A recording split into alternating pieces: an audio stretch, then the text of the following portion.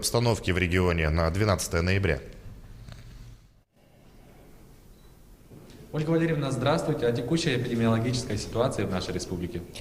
Добрый день, уважаемые жители Республики Саха-Якутия. Текущая санитарно-эпидемиологическая ситуация в республике остается напряженной и находится под контролем органов государственной власти, органов местного самоуправления на территории нашей республики. За прошедшие сутки на территории республики, по данным Роспотребнадзора, зарегистрировано 214 новых случаев коронавирусной инфекции.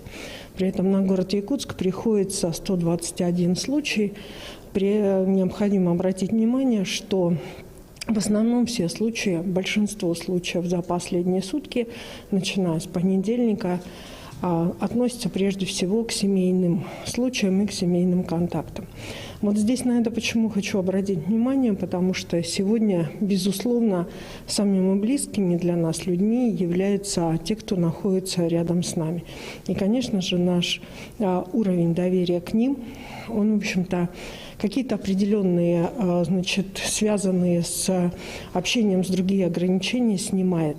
Поэтому сегодня возникает ситуация, при которой достаточно большое количество и лиц старшего поколения и, соответственно, лиц с хроническими заболеваниями, особенно по городу Якутску, это в основном семейные контакты. Болеют семьями и, соответственно, мы в своих учреждениях здравоохранения сегодня это видим, и у нас во многом и лежат у нас в больницах, и лечатся либо целые семьи с детьми, либо же, соответственно, именно семьи, муж, жена, дети.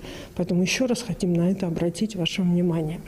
Для остальных улусов республики также характерен незначительный подъем случаев, но если город Якутск, он в основном, в общем-то, для нас сегодня понятен, то ряд улусов у нас постоянно выходят за какие-то рамки или возникают определенного рода небольшие очаги. Так, например, у нас сегодня поднятие заболевания и новых случаев в Анамбарском районе.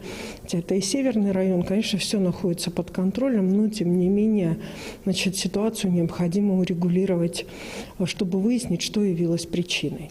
Также необходимо обратить внимание на увеличение количества случаев в Усть-Алданском районе. Усть-Алданский улус уже являлся улусом, в котором нужно было сделать соответствующие выводы после ситуации в одном из интернатов.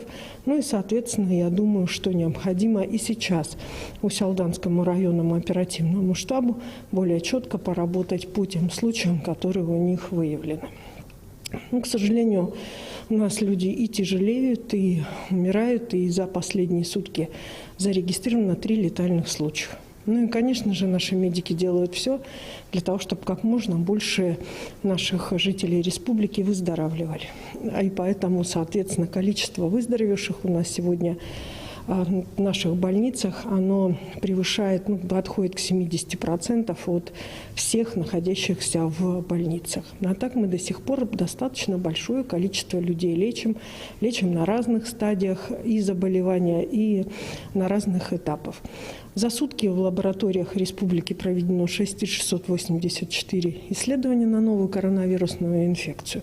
Необходимо обратить внимание, что в прошлую пятницу на заседании у заместителя председателя правительства, руководителя оперативного штаба по Российской Федерации Татьяны Алексеевны Голиковой, глава республики Саха-Якутия озвучил позицию, связанную с тем, чтобы нам ускорить проведение анализов и улучшить доступность качества медицинской помощи в арктической зоне, непосредственно разрешить использование систем ИФА и ЭХА-тестирования для того, чтобы нам избежать транспортную составляющую при перевозке анализов тогда, когда речь идет о заболеваниях в северных районах республики.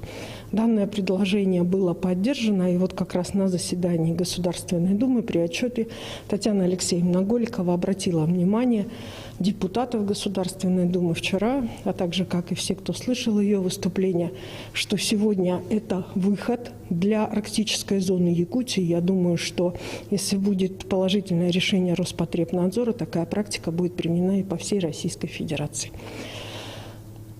Спасибо большое.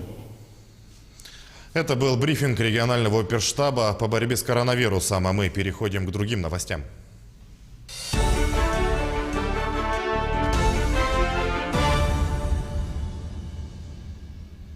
Полпред президента на Дальнем Востоке Юрий Трутнев представил коллегам нового главу Минвостокразвития России. Министерство по развитию Дальнего Востока и Арктики возглавил Алексей Чекунов. Ранее Чекунов возглавлял фонд